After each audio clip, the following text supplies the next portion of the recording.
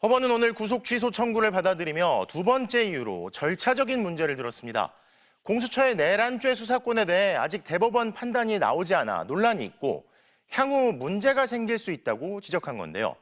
문제의 소지를 없애기 위한 판단이라는 해석이 나옵니다. 조희원 기자입니다. 윤 대통령 측은 수사 내내 공수처의 내란죄 수사권이 없다. 공수처와 검찰이 구속기간을 임의로 나눠 사용했다고 주장해왔습니다.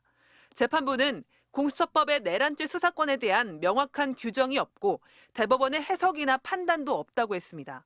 그러면서 절차의 명확성을 기하고 수사 과정의 적법성에 관한 의문을 해소해야 한다고 구속 취소 인용 이유를 밝혔습니다.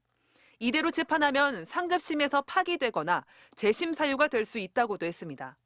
법조계에서는 윤 대통령 재판을 맡은 해당 재판부가 향후 재판에 문제가 될 소지를 최대한 없애기 위해 이 같은 판단을 내렸을 것으로 보고 있습니다.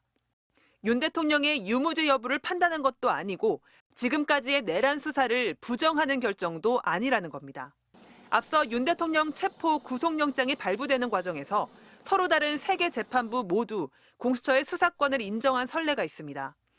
공수처의 내란죄 수사 권한 역시 이제 와서 형사재판에 영향을 미칠 가능성은 낮다는 게 법조계 중론입니다. 윤 대통령은 1월 15일 공수처에 체포돼 묵비권을 행사한 뒤 한 차례도 조사에 응하지 않았습니다. 사실상 검찰이 수사한 내란 공범 관련 증거와 진술이 대부분인 상황에서 법원이 공소기각 결정까지 내리기는 어려울 거라는 지적입니다.